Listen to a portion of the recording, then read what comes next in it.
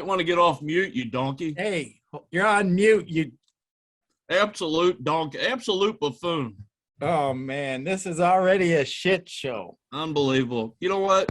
Us three can handle it. Holden, I'll give you one more chance. Go ahead. In 3, 2, 1. Go ahead. I'll do your job for you. No, you do it. I'm going to sit back and relax. Please, you guys do the show. No, I mean, you know. Come on, Uncle T. Let's go. Host the show. I mean, hey, welcome to the Wishbone. Holden, you know, come on mute like a complete donkey, an absolute donkey. He starts the show on mute. JT has a lot of things going on tonight. He wanted to. I got a 6-year-old shitting her brains out in the next fucking room, and he's got a lot going on tonight. Give me a break, Uncle. Get out of here. You asked me to come on and start the show, so I was trying to start the show. I mean, you were bitching and moaning. Keep going. I'm just going to chime in when I need to chime in. Keep your. Hey, Holden, let's clarify. Is that a family member, or do I need to get the Aurora police involved? My daughter, you fucking sicko. You never know. You never know. You know, you've been living under the shroud of law enforcement for too long. I think someone should definitely look into you, my friend. All right, let a real person host the show, Uncle T. Let's get back to this here, boys. Before I came on, I also saw that Curb Your Enthusiasm is coming back on October 24th. Any of the three of you watch this? I feel like Uncle T does not. He thinks it's too dumb. What is it? Possibly. G-Rizen, you watch Curb, don't you? Hell no, man. If it's not on MLB Network, NFL Network, ESPN, I pretty much don't watch it. I watch games. I don't watch any of that. I do watch sometimes. I watch, some of them game show. I like Family Feud. I like some Family Feud. Yeah, I know. JT, how about you, pal? Yeah, I love Larry David. He's one of the funniest creatures ever to walk the planet Earth. It's a great show. It's hysterical. Uncle T, do you watch Curb? And did any members of your family say anything to you last week after I said so many bad words? I mean, is this like a sitcom, or is this a movie, or what is this? Because I don't know what you're talking about. This is the Wishbone. It's a podcast. No, I know that, donkey. I brought us into the show. What is this show? Curb?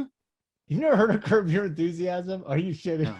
No. Is it hosted by Scarlett Johansson? You can't be serious. I have no idea. You're just messing with us. I'm with G-Rizen. I watch sports, Holden. I watch sports channels. I watch the golf channel.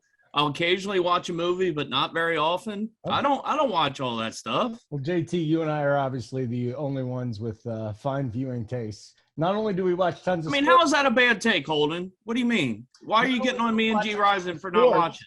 But we also find time to find some pop culture classics. Well, you also find time to date 22-year-olds, but we're not bringing that up, though. We're talking some others. They're usually 24 to 25. Well, allegedly. Yeah, allegedly. Allegedly, yeah. Let's clarify there, Chief. So, Uncle T, can I address something with you? I have to address something with you. Every time, this is Uncle T's shtick in the YouTube chat.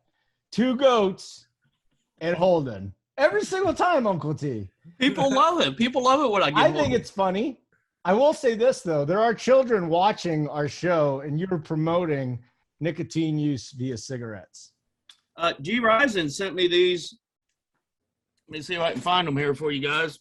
I'm already down. Can you find some candy joints? You had to send them. I don't know if I can. There we go. A little bit. Can you see them? Yeah. Yeah, I got him a whole case of candy cigarettes. The guy likes his candy cigarettes. We got a nice little big fat candy store around here. I went over there. Hey, before we go on, can we please bring in my man JT Hayes and let him at least say hello? I'm here. I'm excited. You're not? I am because I got to listen to you make a critical broadcasting faux pas, which doesn't happen often. I'll give you that much credit. It was embarrassing, though. I was embarrassed for you. And thankfully, Uncle T jumped in and got us righted. G-Rizen finally joined us. So I'm happy he's here. It's a great little podcast. We got a lot to talk about today. Got a lot of things going on that are upsetting, a lot of things that don't make any sense. And You're not talking about football, are you? Or are you just talking about like other things, right? yeah, I mean, general life things. We'll talk a little bit about football. Well, But what's wrong? What's wrong? What's upsetting, pal? Let's get to the bottom of this. so, did you guys see this thing? I don't know why I still have this Facebook account, but I still have a Facebook account. Facebook. Yeah. I grew up in New York. Uncle T, you ever heard of Facebook? I do have a Facebook account. I do not. I Facebook do not. sucks. Yeah, I don't even go there anymore. All Let right, JT JT, finish. Facebook. So I grew up in New York, but I lived in California. I lived in Texas, Virginia. I'm in Georgia now. So I lived all over the place. I have a diverse group of friends. And I think it was Friday, start seeing all these posts, National Daughters Day, National Daughters Day. Everyone with pictures there of the kids. And I'm like, what the fuck is this? Like, I've never heard of this in my life. And then I forgot about it. And then all of a sudden, today, I start seeing this National Sons Day. Today's National Sons Day. So I said, it was annoying me to the point that I had to look it up. And it turns out that like 600 years ago, there was something called National Sons and Daughters Day. And you know what happened here? This is like part of the social experiment, right? So some mother took a picture of their daughter and said, oh, I love my daughter. It's National Daughters Day. And every other parent was like, I got to take one because I can't have little Ava going to school and seeing that all of her friends got love and she didn't. And then over the weekend, the male parents getting very upset seeing all the little girls getting love and said, oh, we can't have little Bentley. Can't have little Bentley getting upset because his little friends are all seeing their sisters getting some attention. And you know why it's Ava and Bentley? Because no one can have a regular fucking name anymore, right? Thomas, James, Terrence, Anthony. Whoa. Hold on. Let me finish. That hurt. These are powerful names. These are powerful names. What do you mean? Powerful. That's my name. I understand. Well, listen. Stop fucking sucking on your candy lollipop and listen, and you'll understand where I'm going. That's right. These are powerful male names, prideful male names, and you can't have them anymore. You just can't have them because everyone has to be named something ridiculous. I mean, you guys see this? Ronda Rousey and Travis Brown have a child. Congratulations to them. That's not a fucking name. That's a consonant salad. That's an identifier for life. Try being a serial killer, kid. I mean, this is insanity. So anyway, it's the social experiment. It's terrible. And it's the one thing, because I have a diverse group of friends. I have friends who believe in a number of different things. This has united the people who believe that Epstein killed himself and the people who believe that Democrats stole the election. They're all celebrating National Sons and Daughters Day, and it's a total crock of shit. And it's just upsetting because it shows how stupid people are and that there are so many fish in the world. And if you're a subscriber right now and you posted about National Daughters Day or National Sons Day, tweet a picture of your children at Run Pure Sports so we know that you're a fish. Oh, what's Rousey's kid's name? I can't pronounce that. I mean, I have trouble pronouncing Cedric Mullins. You think I can pronounce that name? What do you There's think 700. There's 700 letters in it. Do you oppose Shohei Ohtani? Is that a soft? I love Shohei Ohtani. I think Shohei is like the James, the Terrence, the Anthony of Japanese culture. Right. It's an old school name. It's perfect. What about Terry? What do you think of that name? Terrence, very strong name, very strong Irish Catholic name. Yeah, absolutely. Uncle T was that was a big shift. It was a seismic moment in the show. Nobody really knows this, but JT just put you in his place, in your place. He just told you, sit back, shut up. He misunderstood what I was saying. I had to make the point. He wasn't sure what I was doing. If I'm going to get put in my place on this show, I don't mind it being by G-Rizen or JT because they're my guys. But Holden, I'm not putting up with any of your shit. I can tell you that right now. Hey, JT? JT, was Bentley a boy or a girl? Who names their kid Bentley? I mean, you got to see some of these. Probably where the kid was conceived, in the back of the car. Well, you know what? And that has some meaning then. I mean, we've all been there, but we're not. That's a show for another day. But Holden might not have. But I mean, Holden's parents were before their time. Holden, you have a millennial name. You've got this. Oh, look at fancy. It'll be a special name. They went to the New York Public Library and they found a book of 19th century English names. And I'm sure they just, banged one out in the stacks and ran their finger down a page, and that was it. You know, that's how I was. I don't agree with you very often, but I guarantee you that's probably what happened. So I'm on your side, Holden. Yeah. That's probably exactly how it happened. And I was, truth be told, I was going to go with another name, and then I realized that one of my good friends named this kid that name, and I was like, well, if he's listening, he's going to be insulted. What name? I'm not going to say it, but Yeah, but you know what? I think part what it is like people like in our age group, you know, we all went to class and we were in school, and there was 5 Scotts, 6 Mikes, 4 Steves, a couple Als. You know what I mean? Like there was like Al. there was like 8 I guarantee you there was no Holdens. I can tell you that right Yeah, now. there was no Holdens. No. But I'm just saying, you know, it was Mike, Steve, Scott, Al. You know, I mean, it was the same old shit. Brian, another Brian. powerful, another popular name there. Right. You know, so we were all named the same thing. It was, you know, there wasn't too many off the pass. So I think when we all got to have our own damn kids, we were digging on page like 37, column number 3 to get a name. That's what Did you guys watch like soap operas when you were kids? Like, before you got old enough, like just for the sexy women and the sex scenes? Did you guys ever watch soap operas? Went through a little phase where I watched Days of Our Lives. Did you? Yeah. How was- did that go? It was on at like 2:30 every day, and I was working nights, and they had the lead character. They turned her into like a devil character, which was kind of exciting. It was a little bit erotic, and a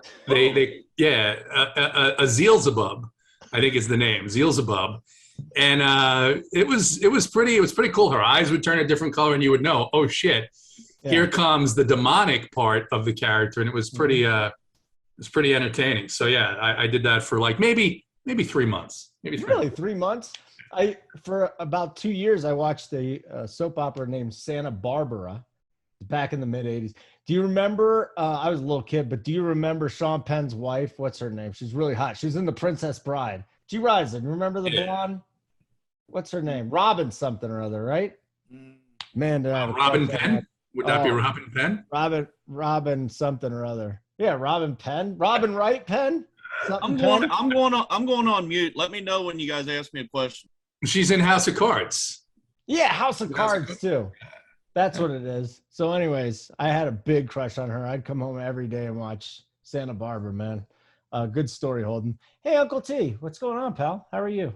Just kidding. We don't want you to talk. G-Rizen, sir. Wait a minute, you went home and went in the bathroom and what? Did I catch that right? Yeah. Oh, yeah. Really? Robin Wright Penn? Are you kidding me? At the time, Robin Wright? Hey, since 12 years older than me, of supple skin. And since you asked the question and didn't allow me, since you asked the question and didn't allow me to answer, you know, I'm a man of the people. You know, I don't mind people making fun of me on this show because, you know, Holden usually gets a lot of it, but that's fine. Hey, I used to watch the old General Hospital back in the high school days. Little Luke and Laura. Yeah, I don't mind it. Hey, that was, what, 40 years ago? Yeah. Fuck yeah. Luke and Laura, they were my favorite. General Hospital. Yeah, Okay. see, I watch stuff other than sports. I mean, it was 35 years ago when I did that, but I did. That's a true story. G-Rizen, let's hear it. The sweep.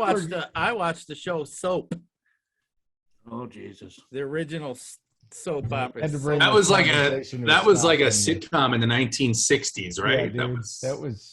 Well, you know, when I was younger, I spent a lot of time with my grandparents when my mom was gone. So, you know, I had to watch them old shows. I miss those old shows though. The Jeffersons, the Archie Bunker. Yeah. Gilligan's Island on TBS when you'd come home from school, huh? Little Gilligan's Island. Yeah, little Gilligan's Island. Yeah, All you right. got it. You got So- it. I mean, damn, Marianne. Were you a Marianne or a Ginger guy? I was a Marianne. That's Marianne, 100%. Yeah. I had discovered porn by the time I found that, so I didn't give a damn about either one of them, G-Rizen. Yeah, that's was because on you were the- watching that shit at 11 o'clock on HBO with the little fuzzy yeah, screen with and the shit, things- trying to get it all in. With the pattern, right? You're trying to just look at the out. You're We know shaking it. his head. Uncle T, JT, you guys did the same thing. I could see Holden being one of them guys that would wait for the mail to show up, just hoping that he can get one of them catalogs. You know what I mean? One of the catalogs where he could browse through and maybe, keep that next to his back. I could see him being one of those guys. I mean, I won't lie. When I got to be a teenager, the only damn reason why I conned my mom and begged her to get me the Sports Illustrated deal for the month was to get that February swimsuit issue and see Paula Petrovinich or, Kathy Ireland. Woo-wee. Some hot little biscuits. JT, thoughts on having to go through and try and watch the adult films on Skinamax with the little pattern going on? That was a thing. No, I never did that. I never did that. I don't believe you. That's fine. You don't have to believe me, but I mean, I never did that. Okay. It's unfortunate. Anything else you'd like to complain about before we move on? No, the sons and daughters, they tilt me. I'm sorry. Go ahead, G-Rizen. I got something to complain about. Do you guys know sometimes how terrible it is to be a fucking Lions fan? I mean, we lost on a 66-yard field goal that literally first of all should have been a goddamn delay of game penalty. They even literally called it out on the damn broadcast, and then they took 3 more seconds to let the play go. And then our coach literally called a timeout beforehand that let them reset their offense, call a play. And then Lamar Jackson, rubs a little salt in the wound after and says, yeah, that timeout really helped us there in that situation. And then, but the bitch is, I mean, we're in, like, it's just everything that would happen to the Lions. Like, it's indoors, everything lined up for it to happen. It's Justin Tucker, like, all the stars were perfectly in line. And not only does it hit the front of the crossbar, which is kind of odd, but the ball bounced backwards really hard and hit the back of the net. Like, you would think the ball would have went forward. Mm-hmm. But, I mean, it was so the first time I was out in the soccer field with for my daughter's soccer game, and I heard some dads on the other side, oh, the Lions are going to kick a field goal, 3 minutes left to win the game. And I giggled and thought, yeah, okay, they're going to lose this one somehow. So then when I had heard they lost on a last-second field goal, I thought, yeah, sure, that's what I thought. They're going to run down in 3 minutes, kick a field goal, right? So when I saw on Twitter that it was a 66-yarder that hit the crossbar and bounced in the air, I truly laughed for like 5 minutes. I mean, you can't even respond any other way. But, I mean, that's just our lives as Lions fans here. And that, it looks as Matt Stafford's going to leave and he's going to go out there to the Rams, and the dude's probably going to be holding up a Super Bowl trophy at the end of the year. So, yeah, good times over here in Detroit. It's unfortunate to hear that, G-Rizen. Boing, 66 yards. My question, and trust me, like, I was doing a show right when that was on, and I kid you not, I was like, man, I got a buddy who's a Lions fan, and I bet you he's just expecting this. But G-Rizen, you missed the game to go to your daughter's game. Take me through that thought process, because it's a pretty intense one that I think I'm going to have come in the coming years. How do you choose anything over football? Here's the thing. The beautiful thing is I've come to the realization that my baby's growing up and growing up fast, and football will always be there in my life. And you know what? My daughter, she's a sophomore now in high school. She's played the travel soccer and the high level soccer here in Michigan since she's been basically like 5 or 6 years old. So, to see her grow and get to where she is, she plays on for a really fun club, and we got a new team. And you know what? I know I only got a couple years left. I mean, if she makes it to college, great. But I know I only got a few more of these seasons left. So trying to soak it all in. She's my youngest. I don't have any more behind her. So yeah, those football games can take a seat because I can watch it on my phone. I got DirecTV Live on my phone. I can watch. I mean, it's a little slower, but you know what? That way I get both of them in, and all's good. But yeah, I'd never give that up. Okay, it's good. It's good, Uncle T. You spend time with the kids over football. Oh, I'm just glad that coming onto the show, I didn't think I would be the only one out of the panel here that didn't have anything to bitch about. I mean, JT had his 3 minute and 39-second rant. G-Rizen just told me his whole life story. I mean, I'm just saying, like, you would have thought if you were a betting man, it would be me to come on the panel angry. I'm not angry at all, guys. I'm going to the Jaguars Bengals game Thursday night. My kids got them tickets for my birthday last week. One more birthday reference, Holden. You got to deal with it. And that's like 4 weeks in a row now we've heard about this birthday. That's right. I mean, they were giving those away at Kroger, I've got right? I got a couple days Holy left. shit. So Uncle T is upset by nothing but the fact that we exist and we spoke. I mean, that's kind of what I took out of that. Very, very hurtful. By the way, I heard you're going to the baseball game on Sunday. Did you end up going? I heard that was a big deal. I did not, actually. I did not go to that. He only told that story partially true. He was actually partially true on that. But again, Holden, I know he's getting antsy. He wants to move on. I'm not. So, I'm we got very relaxed. We got about JT for another 30 minutes, and I'd really like to get some football takes from JT because he's the man. Here was my favorite thing that I checked out this week. I looked at I came on, I listened to, or I watched it yesterday. The first comment down low was like, hey, go like 35 minutes in, and they start talking football. I did see that. So listen, Simon, just timestamp it. I had someone football. You know the funny thing about that, Holden, I had someone DM me. One of our, actually, I'm not going to give his name out. Okay. It wasn't me. It was one of our guys that listens to every show, and he said, "Man, I'd really like the BS that you guise do, but man, if you could get into the football stuff a little earlier, I'd appreciate it." Yeah, a timestamp's going to take care of that. Yeah. Timestamp's going to take care of that. Just fast forward. I mean, it's 2 minutes of your life. I mean, and honestly, you could be entertained. You could make a life-changing decision and not name your firstborn Bentley. So there you go. And you can scratch off all those names that you don't want to name your kids. JT just rattled off a bunch of them about 20 minutes ago. I mean, you definitely don't want to use any of those. So old school names. That's right. All right, boys. You want to do some football? I'm so sorry, G-Rizen. I really do feel bad for you, man. The Lions it's the worst. Like, you can't lose that. I'm sorry. They find every way to lose possible. I mean, it's unreal. Yeah. Dude makes a G-Rizen, real record-breaking quick, field goal. I mean, G-Rizen. Yo. You're gonna get mad if you already said this because it'll show you that I wasn't listening. But I gotta ask you, when you did your rant about the Lions, JT's cool. Did you talk about the non-delay of game call though that led up to that? Uncle T. No, tell us about that. I didn't hear anything about that. G-Rizen, go ahead. I didn't see any kind of delay of game. I'm old. I was drinking beers. I was trying to figure out safety meeting. Yeah, I don't think. Yeah, what kind of safety meeting I was gonna have. Yeah, bigger deal, right, G-Rizen, that Baltimore was without almost all of their secondary, and they still couldn't connect on big plays. It's a sad sight around here, to be honest. I mean, we got a loudmouth coach that just sounds like more and more of a circus act as every week just keeps going on, and we'll see. I mean, I think they got some 2.0. I think they have some decent pieces. I think they're going to end up being really lucky that your Bengals out there, Uncle T, decided to take Jamar Chase instead of Penny Sewell. I think the Bengals are going to be kind of kicking themselves for a little while after that because they should have protected Burrow with Sewell. So he fell right in the Lions' lap. I think that's basically, the only good thing at that point. So, I mean, they got some good interior lines, but there's no skill position players. Hawkinson last week was really, really, he was just subpar, wasn't very good. I think he got 2 points or something like that for me on FanDuel. I was quite upset because really at the end of last week, I was trying to decide if I wanted to go Hawkinson and then up to Denver D or go down to Waller and then Vegas Raiders D.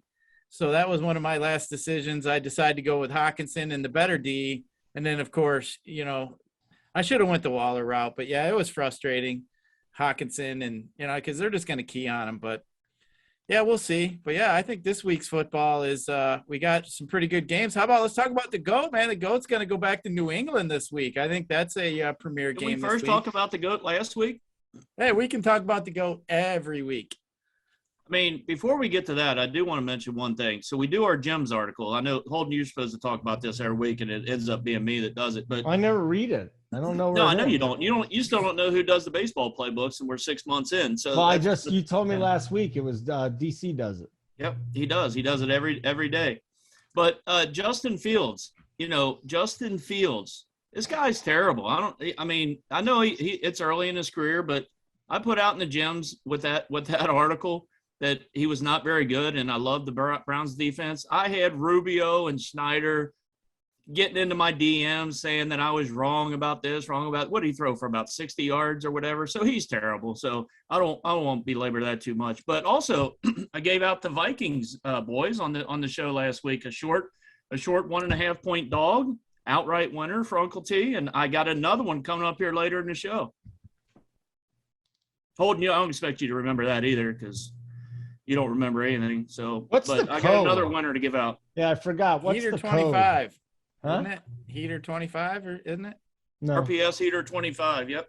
Yeah, RPS Heater 25. 25% off your first monthly payment. And it's been fun because the cores, you know what I love about the updates this year is that we're doing all the slates. So you got the 1 o'clock slate, the 4 o'clock slate, the main slate, all the showdown slates, the 2-game slates. We're just doing everything. Uncle T, I love this actually. This is and shout out to Bobby Gomes who really helped me this week narrow down a decision, and it helped me big time in my 4 o'clock slate. So shout out to you, Bobby Gomes, if you listen. I think he does. But that to me is the biggest addition. I love that, Uncle T. Are you going to put some cores in there? Because you did actually. I know you had an early core up there, right? Yeah. So we've got obviously our main core guys, and then on the another tab or whatever drop down, we've got our just early cores, and then we have our prime time slate cores, which is the Sunday Monday cores, and then also the GPP stacks. I think myself, Tambo, AP, Schneider, I can't remember who else is on those. So yeah, so we I'm not on the main slate as far as a core, but yeah, we give out a lot of stuff. Our 4 o'clock slate was really good. So I agree with you, Holden. I didn't do very well in the main slate, if you will, but I ended up breaking even based off of the 4 o'clock slate this week. That's kind of been profitable for me the last 2 weeks after bludgeoning in week 1. Last 2 weeks have been good. Hey, JT, let's start a quarterback, man. Give me a name or two that's really standing out to you here early in the week. Anyone in particular? I think there's a lot of ways you can go at quarterback this week. I looked today in my first pass. What I did was try and identify some underpriced players, and I came up with 2. One, I don't think you can play. He did attempt close to 50 passes, but I think the key there with this Pittsburgh offense is that Ben is either banged up or just doesn't have the arm strength anymore. And when you're throwing 19 targets to your running back, that says a lot, I think, about the efficiency or lack thereof of your offense. He is very cheap, 5.5 in a matchup against Green Bay. Green Bay has obviously been very porous against the pass, but I don't think that's one you can play. It's just a number that stood out to me. One that I think you can play and should play is Russell Wilson down to 7-1 in a matchup against San Francisco. They'll be in San Francisco. San Francisco's defense doesn't look quite as good as it did last year. But I do think there are a number of quarterbacks here. Obviously, Patrick Mahomes in a matchup that we just saw the Dallas Cowboys, run roughshod over. And a little bit lower down. I don't know if I'm going to go here because, again, it's early in the week. This is a first look. But obviously, Daniel Jones and the pathetic Giants offense did very little against the Falcons. That's not usually the case. I think a lot of that had to do with the fact that he lost Sterling Shepard and Darius Slayton early on there. But one thing that I was looking at was maybe thinking about at least Tyler Heineke against the Falcons in the Mercedes-Benz Dome with some good weather. And, of course, you got Stafford that a lot of people are going to go to. Stafford, not quite the price rise that I expected. I think he's only up to, $7K on DraftKings. And that's been a really good matchup for opposing quarterbacks. So a couple of names there. Again, just a first look. I think this is an interesting stat. It's deep ball rate, 20, I think it's 15 or more air yards. And Roethlisberger's just been so horrible. I don't even think he's hurt, JT. I think he's just done. I think his body's broken. But 14% deep rate, which is one of the probably 5 lowest. So he can't get the ball downfield. And even when he does throw the ball downfield, he's only 31%. Then you look at some other guys like Aaron Rodgers. We know he likes to go downfield. Him and Baker Mayfield, the other one. So we got really efficient quarterbacks, guys that don't throw a ton, that do end up stretching the field. Herbert is another one. He has the second lowest deep rate, 12%, but his completion rate is 73%. I just think it's an interesting stat here because it kind of points to the quarterbacks. They're at least attempting to have big plays, 15 yards down and farther. G-Rizen, give us a couple of quarterbacks, man.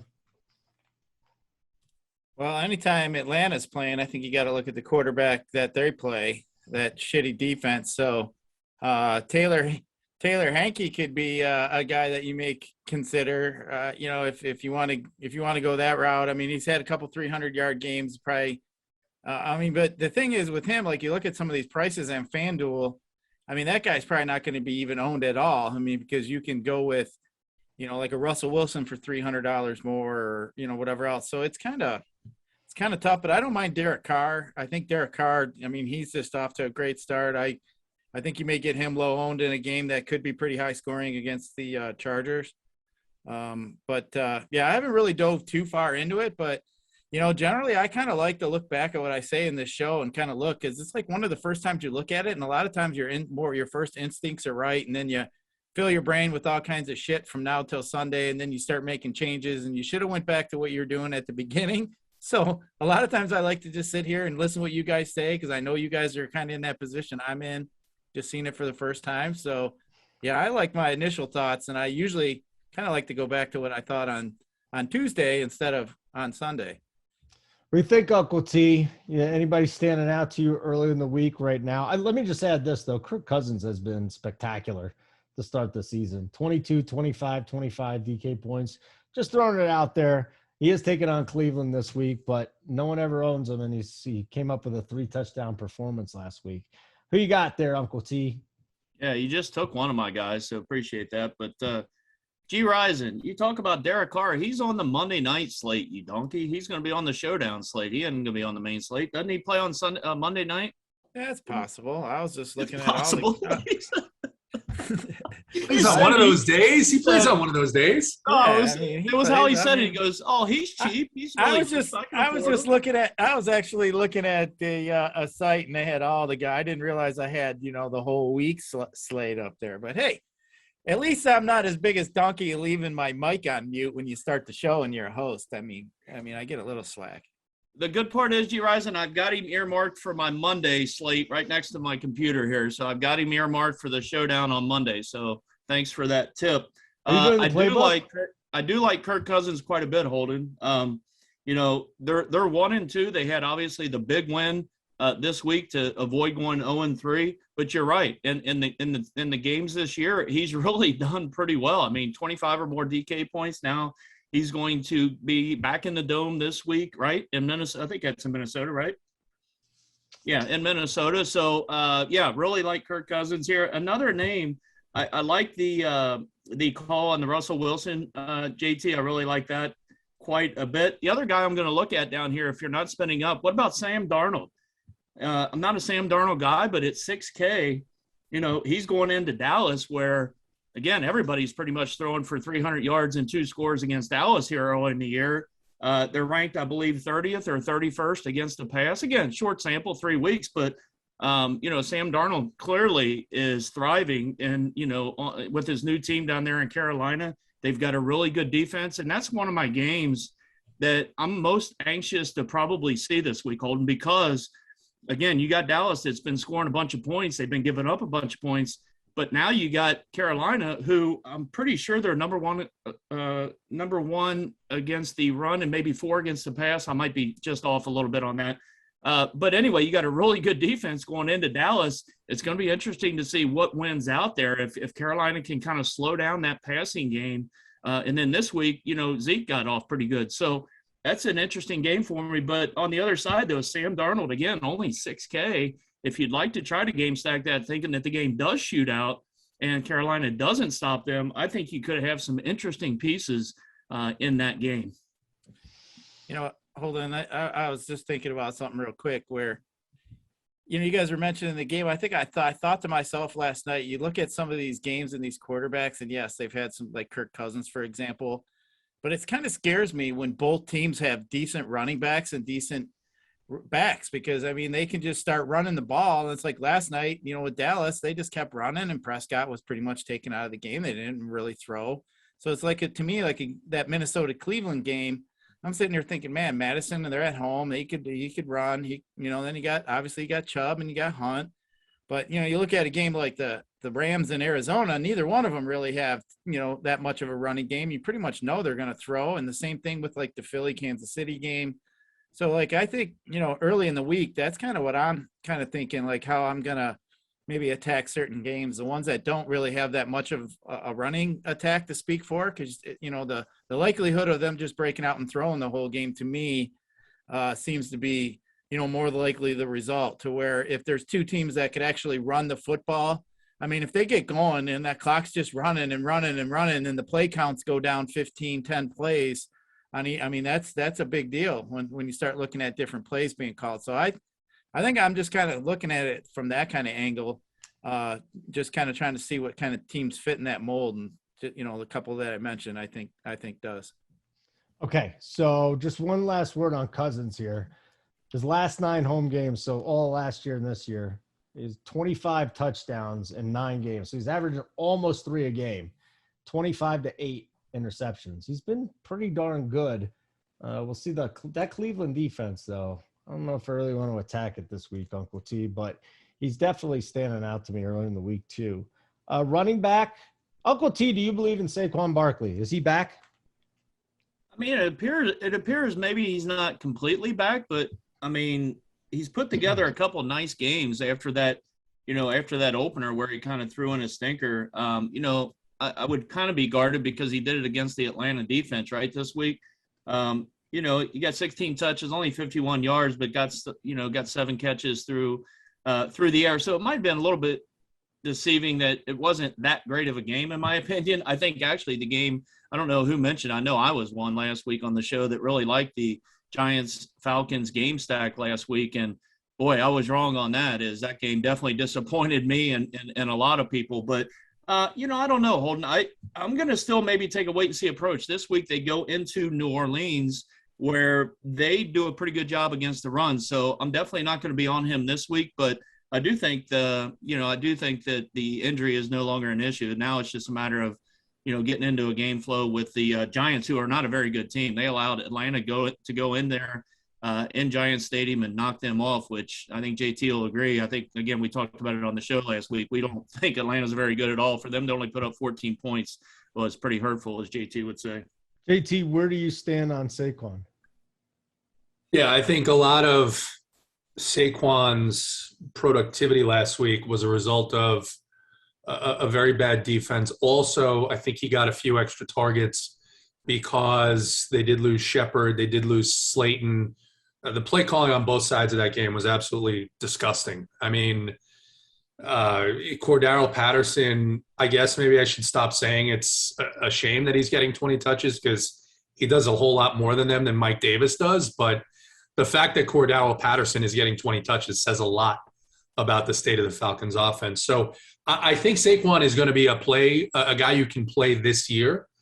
I don't have a lot of interest, as we're talking on Tuesday night, in the Giants in a 43.5 total going into New Orleans' first home game of the season. It just I think there's one play in that game and one play only, and it's not on the Giants side.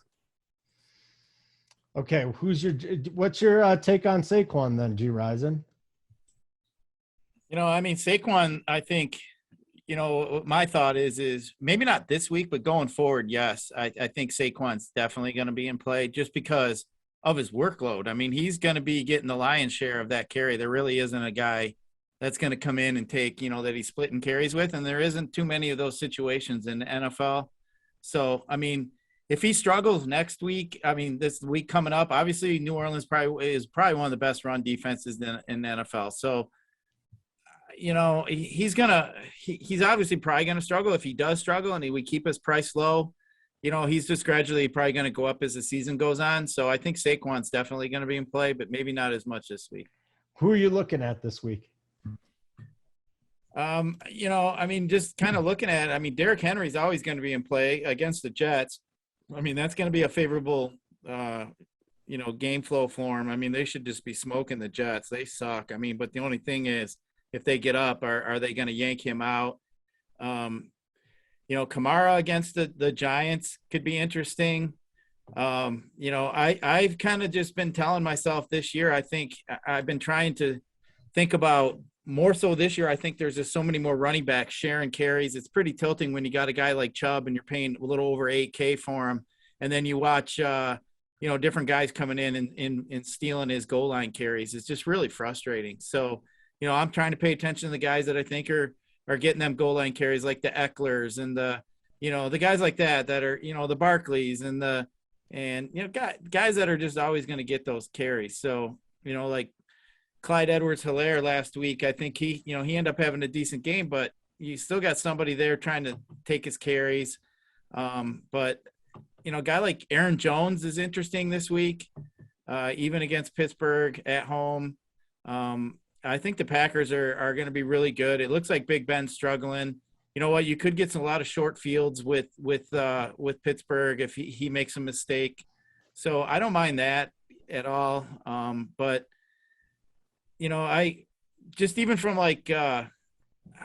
it's just kind of tough. Nobody's really standing out for me. Running back more so this year seems to be where there's only I was looking at last week's slate, and there was only 4 or 5 guys. There were a lot of some cheap price guys. It seems like this year more so than other years, the running back is kind of concentrated to a certain amount of guys, to where in the past it seemed like it was kind of a little bit more wide open.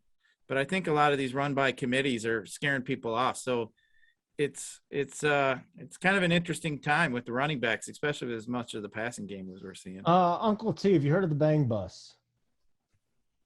Excuse me? Okay. So who do you like at running back this week? I knew you'd love that answer. Running back for me, these guys brought up a couple good ones. If you're going to pay up, Henry and Kamara obviously are in great spots, going up against the Jets and the aforementioned Giants, who are not very good. I like a couple guys in the mid tier. I don't think either one of you guys mentioned them. And again, early in the week, down the low 6Ks, I like Chris Carson a little bit against San Francisco, 6,300.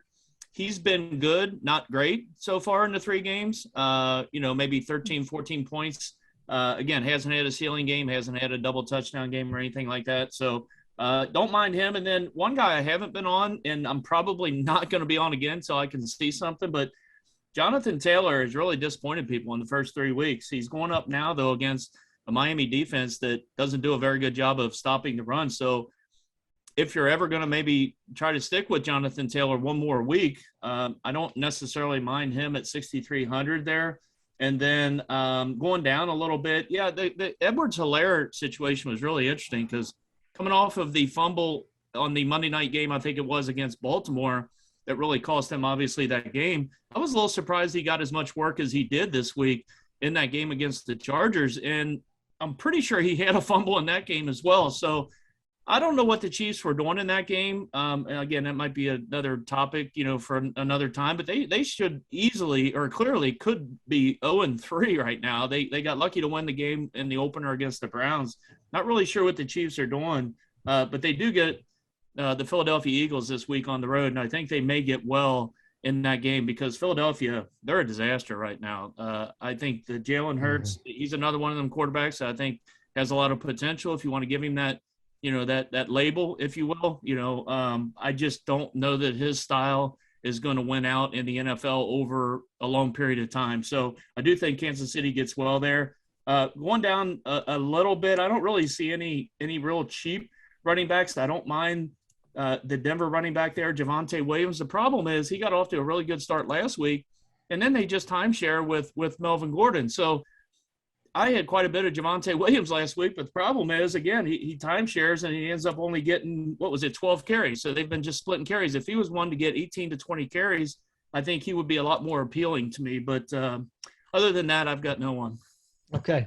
Hey, JT Hayes, Stuff and Muffins 3 and running backs is what I would ask you about. Stuffing Muffins 3 is what you said? You seen it? I haven't.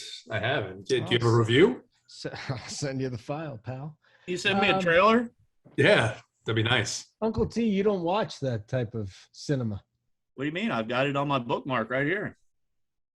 Uncle T's a porn watcher. I didn't. I actually have no coming. idea what you're even talking about. I just made something up. You do like pornography, though, don't you? You sick bastard. Oh, Uncle T thinks it's a Martha Stewart special. He probably does. You had me looking Why up does he- Scarlett wait a minute. Johansson that one week. Wait a minute. Why has he got to be a sick bastard? Because he likes porn. Yeah, only sick bastards watch porn. G-Rizen. Well, Sick then I'm going to individuals. assume 80% of the male population over the age of 21 are sick bastards. Yes, we are. So, JT, what do you like about running back this week? Yeah, Uncle T mentioned Jonathan Taylor. He's been in not the greatest matchups, right? Against the Rams and then against the Titans, who are actually decent against the run in a game where they were trailing and you expected them to be trailing. But now they do get a Dolphin defense that let Peyton Barber run all over them on Sunday. Barber ran for more than 100 yards. I don't think there's really much argument that the better back between the two of Jonathan Taylor and Peyton Barber is Jonathan Taylor at just 6'3". It's a perfect get right spot, even with, Carson Wentz or whoever it's going to be under center. A couple of other guys, G-Rizen talked about Nick Chubb. I agree, for a lot of people that was probably tilting. I expected that game to be slow and crappy and for the Browns to control throughout. And it was a little surprising to see Kareem Hunt, but he did most of his damage like he normally does, which is through receptions. Chubb is, to me, looking at this slate on Tuesday, Chubb is the most significantly underpriced player on this slate in a matchup against the Minnesota Vikings. So Chubb at 7K, you're probably not going to see him at this price very much. I'm not all that concerned about the game flow and the fact that Hunt got those touches last week. I think it swings back in the other direction this week. David Montgomery, I mean, Justin Fields is not good right now. Maybe he will be good in the future, but David Montgomery gets a home matchup against the Detroit Lions. This is a pretty good matchup for any running back. So David Montgomery. G-Rizen's Detroit Lions. Excuse me, JT. G-Rizen's Detroit Lions. No, I gave that up a long time ago. Thank God for DFS. That's why I'm such a big DFS player. I gave that up. Yeah, G-Rizen's Detroit Lions. You guys mentioned, but I think it's a great matchup for David Montgomery. There's no competition really for him in that backfield, and I think if they're going to win, it's going to be a reliance on Montgomery and trying to get short passes to Allen Robinson. So it's an interesting contrarian stack this week for that running back and pass catcher. And then, you guys talked about obviously Kamara, and the rest of these are it's really difficult with the timeshares. And one of the things that when I did my first pass was, right, who in these timeshares is underpriced, didn't get the bulk of the touches last week, that maybe flop lag, people won't play them, and they might get a few more touches just because of that equality that sometimes happens in these games. And, Singletary for the Bills is just 4.8. They do have a matchup against the Texans. They should have no trouble with that matchup against the Texans. That game is going to be in Buffalo. They should be ahead. And we saw when they were crushing the Dolphins, they didn't have Josh Allen keep throwing all game long. They let Moss and Singletary run all over the Dolphins. So I think at 4.8, he's a interesting contrarian but risky play at running back, where really the best plays are spend up plays this week outside of the Montgomery and the Taylor play that I mentioned. Love that Chubb call on DK, 7K there, 8K on FanDuel. Not that I'm interested, but boy, do I love Nick Chubb. Could be the number one running back on any given week. JT, I know you got to get out of here in 8 minutes, so why don't you run down the wide receiver position, and then I think we can handle the rest of the show without you. I'm not sure, but we'll try.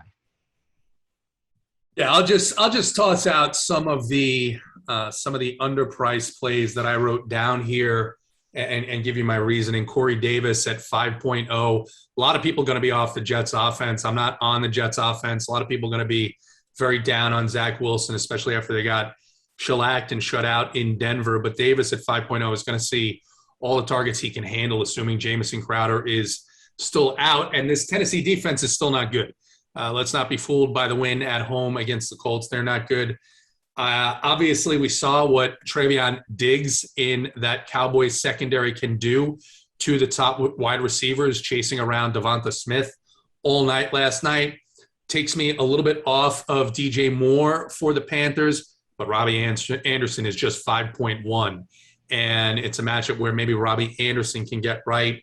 I am going to have a ton of Terry McLaurin at 6'9" against the Falcons. G-Rizen and I mentioned it earlier. This defense can't stop anybody, and Heineke's actually looked pretty good.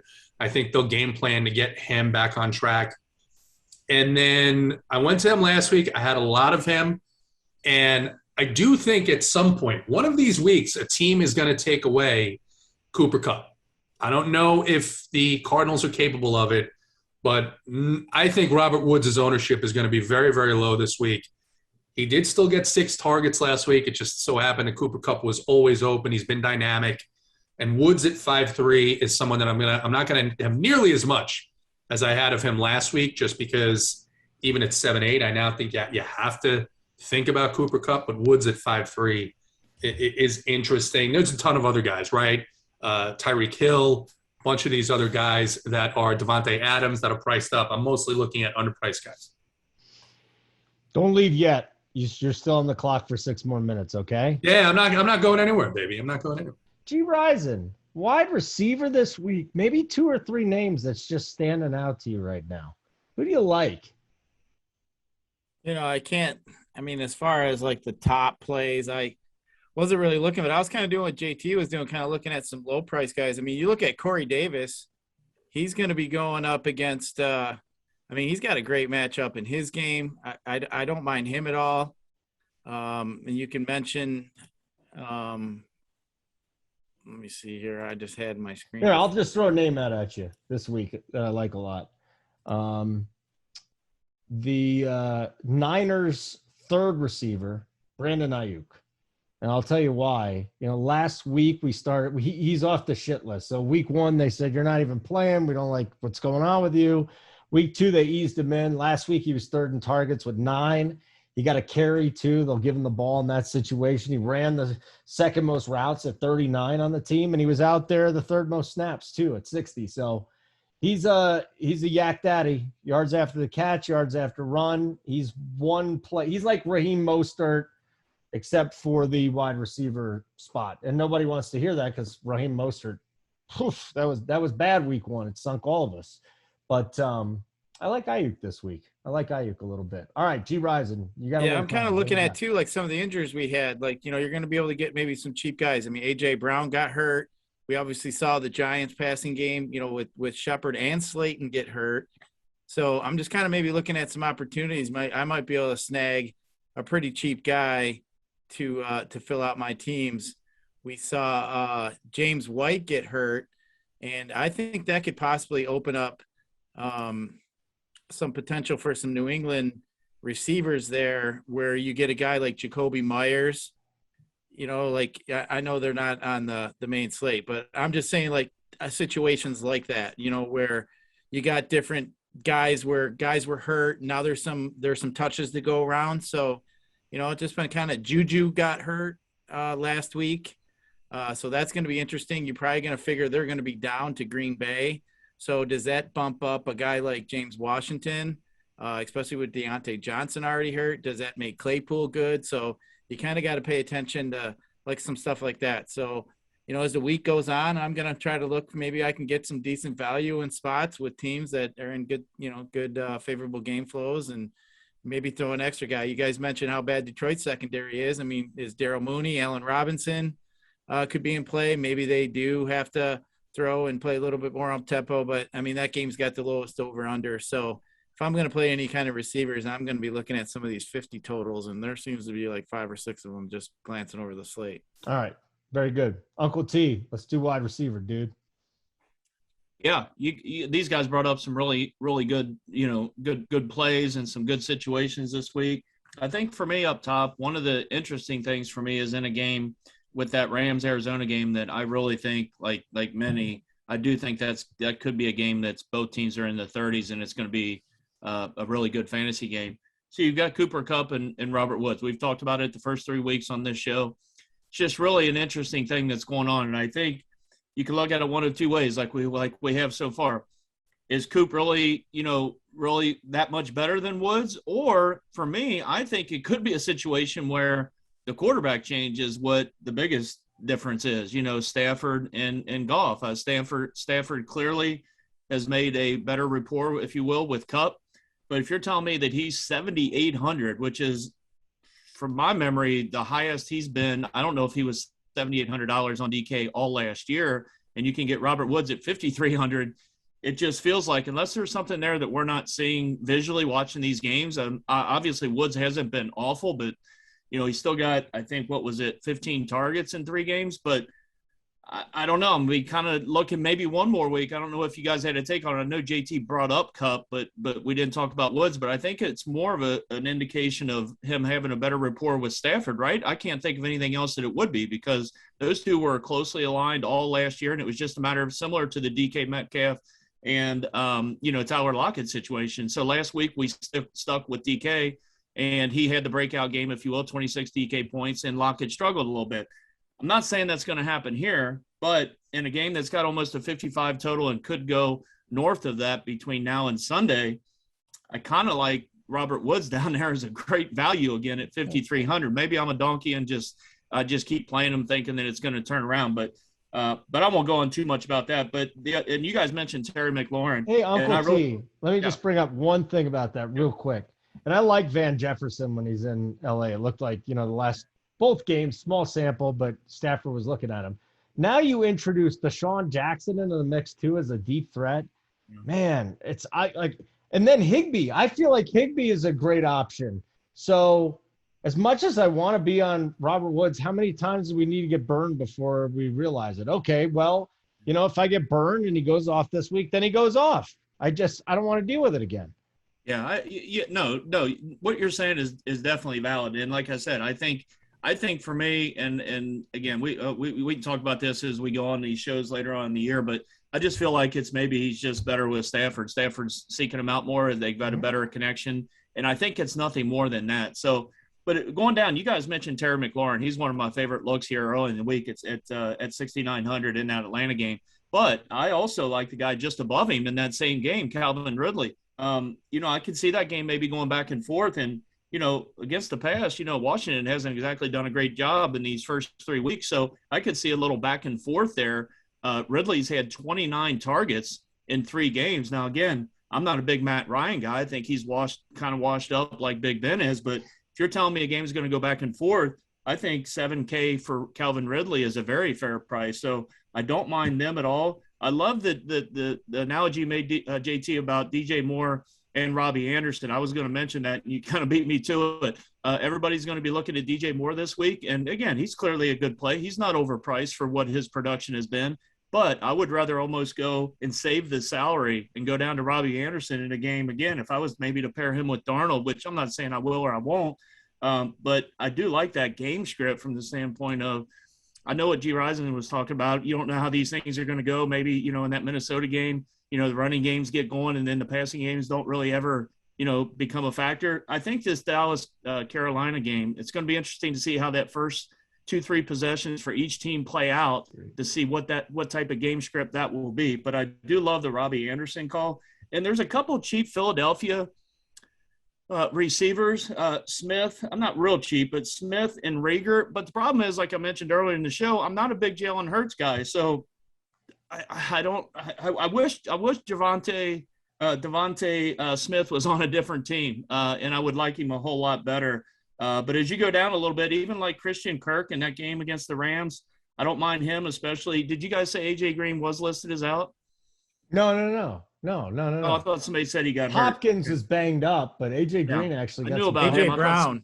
AJ Brown got Oh, hurt. AJ Brown. Okay. I missed him. Yeah. Okay. So don't necessarily know if I like that or not, but yeah, I don't mind the Ayuk call, Holden as well. But look at watching that game. He missed. Do you see him miss that touchdown? I know. Right off of his hands. He should have come on with it. And he caught one, and he's getting opportunities, and he could take anything to the house. So listen, that's just gonna be that's gonna be a guy I have some exposure to this week. That's it. Yeah, Can I ask like you guys that. about one guy? I want to ask you guys about Odell. Yeah. Yeah, Odell, I didn't mention, and actually it's funny after I made my list, because he does jump off the page at 5'8", and then I did a little bit more of a dive into him, and he did get, it was a ridiculous number of targets in that 9. game last week. And yeah, Odell has to be in consideration here against this Vikings defense. Yeah, So was he good last week because he's back, or was he good because he had an amazing matchup, or is it a little bit of both? I mean, he's got just as good a matchup here this week, and he's got a week under his belt here. And again, G-Rizen was the one to bring it up. Some of these injury matchups, some are better than others, or the opportunities, I should say. And I think the opportunity, Beckham would normally have plenty of opportunity, but now you don't have Landry. And that's a pretty big deal. And I don't see where, first of all, this is why I think Chubb is a good play, because I think there's a number of ways that Cleveland can attack this Minnesota defense and soften them up for Chubb. So I like that as well. I mean, Mayfield at 6'2" on DraftKings, I don't know. I think that there are other plays I would maybe rather play than him, just because of the touchdown potential that Chubb has to take away from him. But yeah, I'm on OBJ with you. Love it. Love that call. He had 9 targets last week. Kareem Hunt had 6. Nobody else had more than 3. I mean, he ran the most routes. He had the most targets. He even had a carry. I mean, if he's sore, I don't know what the hell. He said he was exhausted after the game, but boy, it's a lot. I'm higher on Beckham than I am Saquon, to be honest with you. Boy, and I think he's got the type personality. He's an alpha personality in that locker room where he's going to cry. He's going to be in Baker's ear. I'm good. I want to play. You can just see him doing that. So I think he's going to feed him. JT, give me 1 or 2 tight ends. Let's wrap this thing up. Yeah, it's tough this week. I think obviously Kelsey, right? The 2 guys I wrote down as far as thinking about them a little bit underpriced is George Kittle at 5'9". Kittle, that's a tough team. San Francisco's a tough team overall, but at some point Kittle is going to have the big game, and 5'9" is an interesting price in this matchup.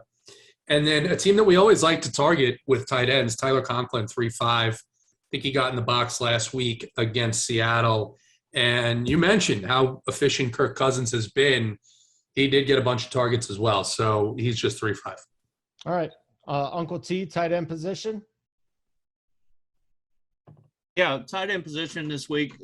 It's a little bit interesting for me because, we've got Kyle Pitts, who I'm just not playing this guy until he shows me something. His targets have gone down each week, 8, 6, 3. He's had decent matchups as well. Mm-hmm. And I'm not saying, again, we all like this guy. We all loved him coming in. We've liked him the first couple weeks. I'm not going to pay $5K for him when he just hasn't shown, at least up until this point, any upside. The one guy I really like a little bit in that Washington-Atlanta game, I like Logan Thomas. Atlanta has a little bit of trouble, like we talked about, through the air. I think Logan Thomas could come away with maybe a 2-touchdown game here and really have you a 20, 25-point fantasy game this week. And then another guy I like down there at 4,300 is Noah Fant, going up against the Baltimore defense that, again, at times feels like they give up a lot of, yards and catches to the tight end position. So not a whole lot to look at really, Holden, on a Tuesday here, to be honest, at the tight end position. But I like Fant. Logan Thomas and Fant would be the 2 guys, at least early in the week here, that I'm looking at. I like that Fant call. I mean, Hamler, there's another couple of targets that'll open up with his injuries. G-Rizen? Well, I do like the Fant call. Baltimore has been really bad against the tight end so far, even though Hockenson couldn't do shit last week. But, I like the Fant call. Kelsey is always in play, obviously. But, we saw a little bit in that same game where we're going to see a lot of points. I think Goddard and Ertz are both in play. Ertz is only like 4,700 on FanDuel. Obviously, he caught a touchdown. So, there's a cheap option that's available that opened up. We saw Schultz last night do pretty well for Dallas. I think they may be up in that game. I don't know if they kind of resort to that same kind of tight little running game, dumping it to the tight end kind of deal, type game plan. But it's kind of tough. I mean, Evan Ingram came back. I mean, he's a big name that, is going to be back in play here for the Giants. They're going to have to, they'll probably be down, maybe be throwing a little bit. So Evan Ingram's a guy, he's only like 5,100. Even though I don't like the matchup all that great, but he's still a guy that's fairly cheap. So yeah, tight end as the week goes on here is probably something I'll be looking into, but I can't say anybody really jumps out the page though. Okay, guys. Remember, we got other things going on besides the Wishbone pod. We got the NFL spread pod with Title and Rubio. We'll be taping that tomorrow. Remember, we got shows Monday through Friday, 2 hours or 2 o'clock Eastern. Monday through Friday, we got our shows. Some are free, some are premium. RPS Heater 25 tomorrow, which you're probably listening to this that day. So that would be Wednesday, is picking winners. Me, Mangone, and Keg from the bet side. We're going to talk DFS and bets from all the games there. JT, wonderful to see you. Uncle T, wonderful. Holden. G-Rizen, wonderful to see you. Yes, Uncle T. Holden, let's let JT go. I want to bring up 2 quick things. It won't take long, but JT, Okay. I know you got to Bye, go. JT. So take care, JT. Have fun. Yep. All right. No, I just want to a couple things, Holden. Like tomorrow night, we've got our Penn Seekers golf show. We haven't had it for a couple weeks, and I just wanted to make sure people still remembered that we are going to have it. Tambo and I don't know if Big T is going to join us or not, but we've got the after the Ryder Cup, we've got the Sanderson Farms, which is a very low scale tournament, but another tournament where we can win some money DFS. So we will have a Penn Seekers show tomorrow night at 9 p.m. Eastern, and then also something that I was texting Big T here on the show asking if I could tease it. And I will tease it, but this Thursday and Friday, DraftKings is going to be coming into town here locally, and they're going to be doing a bunch of stuff here, filming and taping some stuff with Big T on Thursday and Friday, some different venues and some different things. So I'm going to be joining him with some of those things. So I don't want to say a whole lot, but it's going to be a fun thing coming up. I'm not sure when it will air. It might be a couple part kind of series, if you will, but I didn't know. I know you guys probably didn't know anything about it, and I wanted to just he said I could tease it, so I am. So look for that. It should be some fun stuff. Man, hold it. Big T, Uncle T's over here. He's like the news reporter. He wants to get the news out first over there. He's like, yeah, I got it out first. Hey, that's awesome though. I'll tell you that Ryder Cup you brought up, man, that was I don't consider myself to be a huge golf fan, but man, that was fun as hell to watch, seeing all them fans singing and shit, and some of the shots and the camaraderie. I mean, we saw Bryson and Koepka, Brooks. They're going to be snuggling and spooning each other the next trip, but it was cool to see. We whooped their ass though. And I'll tell you, US golf, I think golf in a whole is in a really good spot. They got a lot of young, good talent. So it's kind of cool to watch. That was fun as hell to watch. Man, them Wisconsin people can party, though. Yep.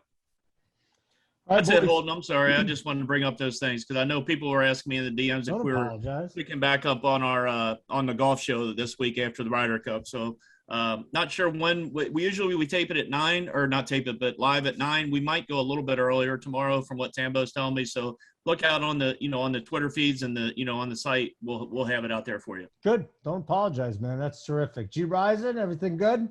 Yeah, man, it's kind of sad. This is the last week of baseball regular season. So Thank God. I know you guys have been involved. We've been grinding it out. It's coming to an end, and then damn, here we go. NBA is going to be firing up here in a couple weeks. So we'll be one baton to the next. All right, boys. Thanks to JT Hayes and, of course, Uncle T and G-Rizen. I'm Holden. Simon, get us out of here. Taking the victory lap here with our boy Big T. Massive takedown PGA last night. Shipped the Millie. The Twins got the job done for our boy Hoop. Won him $100K. Won him a live final seat. JSU shipped $200K on, I think, just $1,000 worth of entries. He had a monster night.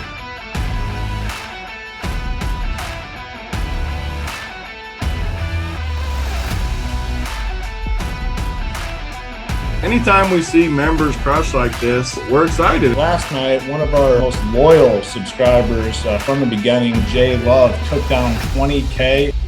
I want to give a shout out to Redmen, who won over $50,000 on opening day. Blind Bandit took down the $100,000 top prize. We had someone win a live final seat. It was one of those days where it's like going 5x or 10x on your money. It wasn't enough to get enough love in the Discord. Record 62 took down the Millie Maker. I don't even know if this heater is ever going to end.